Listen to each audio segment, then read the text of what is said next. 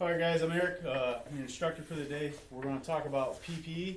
We're going to go over the NFPA standard. We're going to talk about the components of your gear. We're going to do an inspection on it, and we're going to conclude class today with a donning demonstration. Make sure you're all putting on your gear the appropriate way. Structural firefighting gear meets NFPA 1971. That is revised every so often. You may see in your gear it's listed as 1971-2013, 2018, 2020. It is all comes down to the basis of 1971, which lists the minimum requirements for each piece of gear.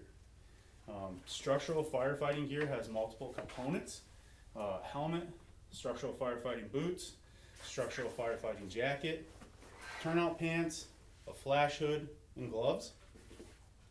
These need to be inspected periodically. We'll start with your hood. The first thing you need to check, is there any damage? Is it torn? Is it breached? If your hood has a vapor barrier, is it still intact? You also need to check the date. Per NFPA 1971, structural firefighting gear has a life of 10 years. At 10 years, it needs to be removed from service and replaced. If it has any damage, if it has any burns, tears, fraying of the threads, anything like that, it needs to be taken out of service and replaced. The next thing you move to is your gloves. This is very important. Check in between the fingers, the fingertips. Check to make sure that the seams aren't breached. Same thing, that's a good place for embers and stuff to get in there and burn your hands. Make sure that they're still flexible, and put them on and make sure they're actually yours, that you have a complete set and not two rights or two lefts. You move on to your turnout pants. Same thing, you want to inspect it. Is your reflective striping here? This is one of the common things that gets damaged. It gets burned, it gets torn. This is a requirement in 1971. It does not meet your standard for traffic safety on a highway. Make note of that. You still will need a reflective vest when working on a state roadway. Structural turnout pants and jackets have a couple of components in them. On the outside, you have a Nomex barrier. This is your abrasion resistance, your puncture, and your fire retardant layer. This does not burn very easily, but it will burn. Inside, you have a moisture and a vapor barrier. You need to make sure that you have both components there. Check that all of your snaps and buttons are in place, that nothing is torn out or missing, and that it is put together correctly. You want to move on, make sure if you have zippers or buckles, that they're in good condition, that there's no teeth missing, that the buckle is not broken and it'll stay latched. Another big thing is this Velcro flap here. This is another layer of protection over that zipper. Make sure it's in place and that it'll stay Velcroed shut. On the knees, you'll notice that there's a leather patch here. It's another layer of protection, again, from punctures or abrasion. Make sure that that's there. If you have suspenders, make sure that they're adjusted to you, or easily adjustable if you loosen them up when you take them off and put them on. Make sure that the anchor points are secured, not torn out. They haven't been snagged and pulled loose. Some turnout gear will have a belt. Make sure that it's there, that it's adjusted to you prior to going into service.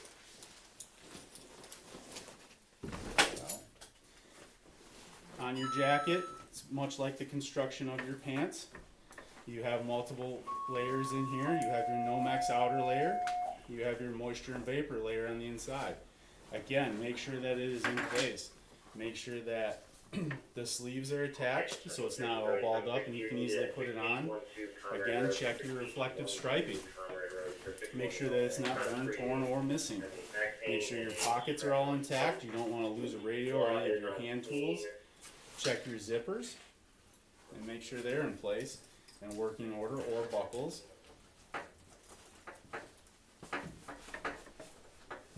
This one doesn't work quite right.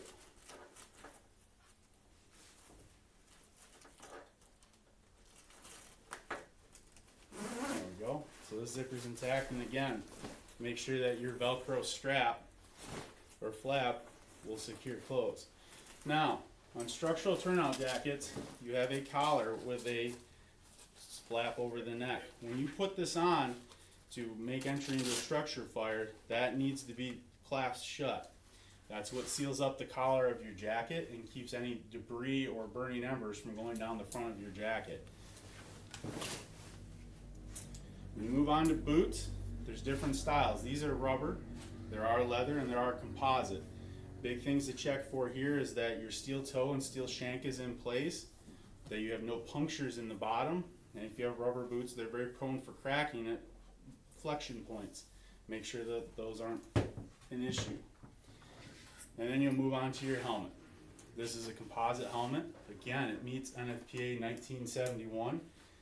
There are also leather helmets that are out there that are hugely possible, or hugely popular. Make sure that the neck flap is in place. That needs to be down when worn. It's another layer of protection. It should go over top of your collar on your jacket. If you have built-in eye protection, make sure that it's in good shape, not scratched, burned, bubbled, blistered, and functions properly. Other helmets will have a flip-down shield on the outside or Borks. Your department may require you to not only meet NFPA but OSHA standards. If that's the case, you may actually have goggles on this as well for eye protection as another layer. You're going to want to double check that. Now, when we talk about turnout gear, life, 10 years. NFPA says 10 years for turnout gear. If you find any kind of damage, it needs to be reported. You need to follow your department SOPs on that. It may be something that's repairable. It may be something that you can get new reflective striping sewn on. It may be it needs to be cleaned. Or it may be that your department wants to replace it. Do your inspection before every shift or whatever your department dictates as its policy. Make sure your turnout gear is laid out and you know where everything is, organized in the right place. If you want to put your gloves in your pocket, make sure you always put your gloves in the same pocket so you can find them. The worst case scenario is that you have misplaced some of your turnout gear. How you guys feel about that? Good. Inspection's good? Okay. So let's learn how to don our gear. Cameron, I want you to come up here and be my helper. When we don turnout gear,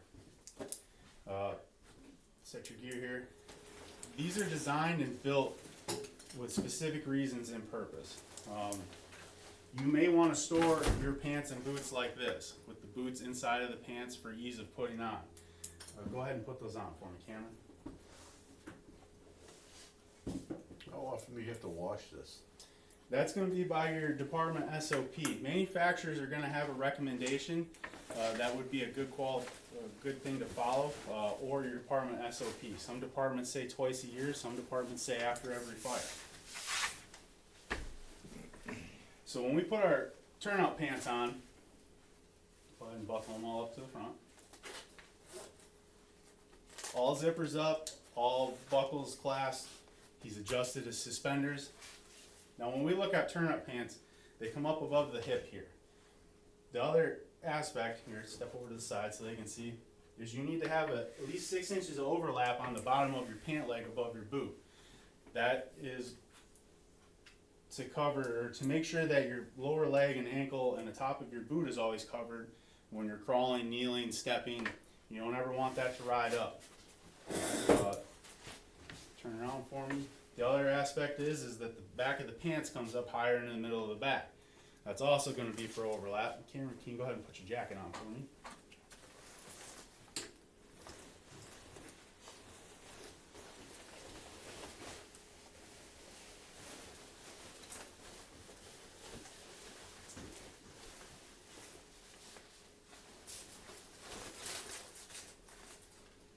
Why is there holes on his cuffs? So those are, it's called a wristlet. Jackets have different styles. This is, hold your hand out here. This is a wristlet with a thumb hole in it. This is again for overlap, so when he puts his glove on, this is actually inside of his glove. Some jackets have a different style where they stop. You may have to look at different types of gloves to make sure you have the appropriate overlap for NFPA. So now that he's got his jacket done up all the way, his zipper's up, he's closed the Velcro strap and he's closed the neck strap. When we look with where the tail of the jacket comes to and how high the pants come up to, we have that 6 inches of overlap to make sure he has no exposed area when in a superheated environment. And same thing on the back. If he bends forward to pick something up, the jacket rides up a little bit, but he still has that extra height in the back of his pants. Now, one thing here you'll see on some turnout gear is what we call a DRD, and this is a rescue harness that's built into your jacket. Some manufacturers have it. Some older turnout gear will not yet. When we look at Cameron's gear here, it all looks in good shape. I don't see any tears, rips, burn marks. All of his reflective striping is still intact. Turn back around here for me.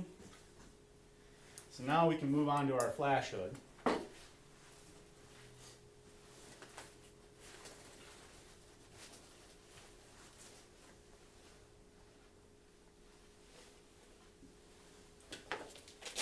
You may want to put this on before you put your jacket on. It can be put on afterwards, depending on how the situation's changed once you get there.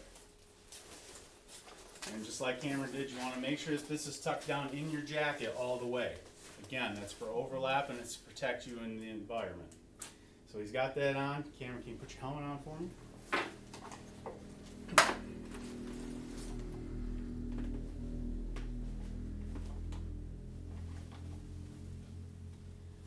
So he's adjusted the harness on the inside of the helmet to make sure it fits snugly. He's done up his chin strap to make sure it stays secured on his head.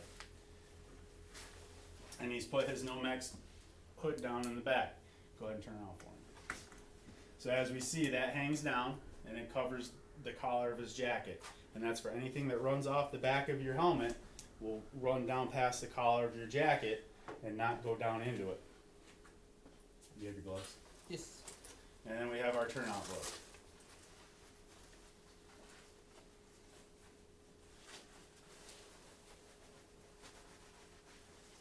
And as you can see, when he puts his gloves on, those wristlets actually go inside by a couple of inches. So again, he is completely encapsulated, if you will, in turnout gear. He has an added layer of protection from a superheated environment. Does anybody see anything wrong with Cameron's turnout gear and how he's donned it? You got a pocket that's somewhat open, but that's it. Does anybody have any questions about this? How about the wristlets? Does the wristlets provide him any protection? Wristlets are not made of Nomex. They are not abrasion resistant or anything like that. It does offer some protection, but it is not a lot. They are not designed to be a front line against a superheated environment or sharp object. It is literally just part of making sure your vapor barrier inside your jacket stays in place and that everything is overlapped. So it's just a positioning aid. More or less, just a positioning, correct. So it won't provide any water protection or anything else like that? Nope, it will not shed water. It will not. It won't protect you from a superheated object. It will not protect you from a very sharp abrasion or abrasive object. Cameron, how do you feel on it? I feel great. Can you raise your arms up above your head for me? See, and this is another thing with properly fitted PPE and turnout gear. You notice that his jacket did not raise up. If you ever put on your turnout gear and you raise your arms up like that, and your jacket rides up real high, you haven't been fitted correctly. Cameron, how often do you wash your gear? About every structure fire. Every structure fire. Okay, and what's your department's policy on replacing gear? Every 10 years or if it's damaged. Damaged or 10 years. Or if it doesn't fit right. Or if it doesn't fit right. Okay. Cameron, how do you feel if you raise your leg real high, like if you had to stride up a ladder, do you notice your gear riding up at all? Pant legs don't hardly ride up, so I think I'm good. Okay, alright. Go ahead and take that stuff off for me and take your seat again. Does anybody have any questions? So far, it all seems pretty straightforward. Okay. So, in review, what NFPA standard does our turnout gear meet? 1971. Does it matter if there's a year noted after that? obviously you'd wanna probably follow the most current year of revision. Okay? What that year is, right off the top of my head, I do not know. So it's 2024. Say this turnout gear right here. And when we look at the tag, it says this meets 1971-2013. Okay, Does that mean that this gear is out of service? it's close, but. Very close, yeah. So we'd have to look at the manufacturer date, right? Right. So the manufacturer date on this gear is October of 2014. Is it still in service? Nope, it's a month out of date. It's a month out of date. Would you agree? I agree. Okay. So, in review, all turnout gear meets 1971. Now, the year that it's noted is maybe a revision in 1971, but as long as it meets 1971 and is still has an in-serviceable date, it is still able to use. Do you have any questions about the different components of the gear? Earlier you were talking about different types of helmet materials. Is there any benefits, composite versus leather? Weight. Some people say that leather helmets are too heavy. There is some research out there. Nothing's definitive though that could aid to neck injuries, arthritis, things like that. It's very much its preference. A lot of guys will tell you it's tradition. When you look at the changes of helmet materials through the years, you had leather, and then you had, for a while, you had stamped metal, and then we moved back into leather, and now we're into the composite era. Now, when you look at helmet style, this is what's called the traditional style. It's got the curled up sides. Brass eagle is very common on pretty much everything. There are some other helmets out there that do not have the turned up sides. They're turned down. Europe has a completely different standard that they use. I'll call it a Star Wars helmet, is what it reminds me of. So again, when you look at standards in the US and Canada and Europe, they all can differ on what they require for safety ratings. Do we have any questions about the inspection? Things to look for? So what do you do if you get acid on it, or a chemical, or anything else like that? Does that take it automatically out of service? It depends on the chemical. And again, if you're in a hazmat situation where you get a chemical like that, you need to investigate and research the chemical that it was. Is there any way to clean it? Is there any way to neutralize it? And what is the long-term effects of the gear? In that scenario, you would be more concerned about the wearer of the gear, and the gear would be your second priority. But you need to understand what it is that you got on you and what the life expectancy is. Now, if you get something like that on your gear, and 72 hours later you start to notice that the fibers of your Nomex are brittle, that they break, that they appear to be damaged or changed, then yes, it would be better to take that gear out of service until you fully understand what's going on there. Does the leather give you any protection from chemicals No. on the knees? Nope. That is purely for abrasion protection. So with the chemical exposure, are you aware, do the manufacturers, any of them provide any sort of guidance on that? Yes, manufacturer, with any question, of any doubt, always contact the manufacturer and follow their recommendations. You know, they employ people that do nothing but research and design this and figure out what's best together. They're going to be able to give you the best guidance on what to do. You may also have a regional hazmat team with a hazmat specialist that would be able to give you guidance on what that chemical, what they expect it to do after it's been on your gear and your gear's been exposed to it. But always refer back to manufacturer recommendations and manufacturer specifications on these things. They are the industry knowledge when it comes to turnout gear. They know their product. They know what they built it for. They know what it can withhold, what it can't withhold, and how it's going to react to these things. Does Class A foam affect your turnout gear at all? Class A foam does not affect your turnout gear at all. It is widely used across the country and in the world as a structural suppressant. wash your gear. And that's where we come back to follow your SOPs within your department on washing your gear. If you do not have an SOP on that, refer back to your manufacturer specifications on gear maintenance.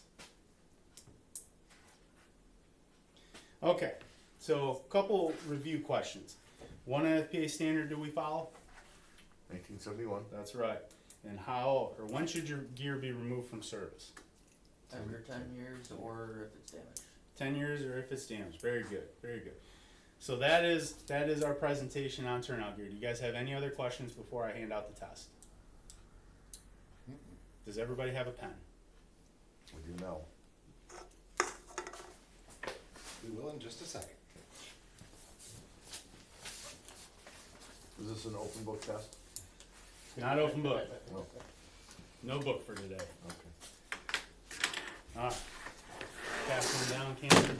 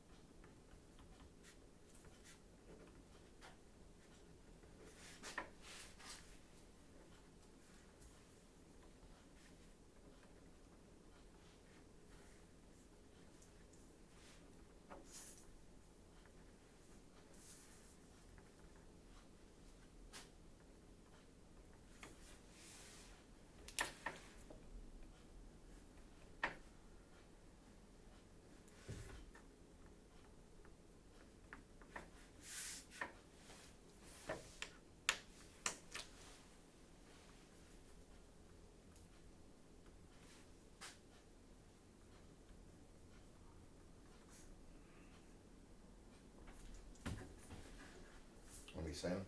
Yes, please.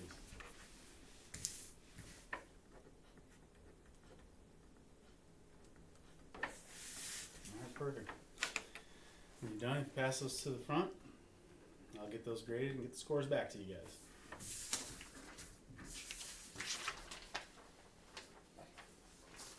You need a pen?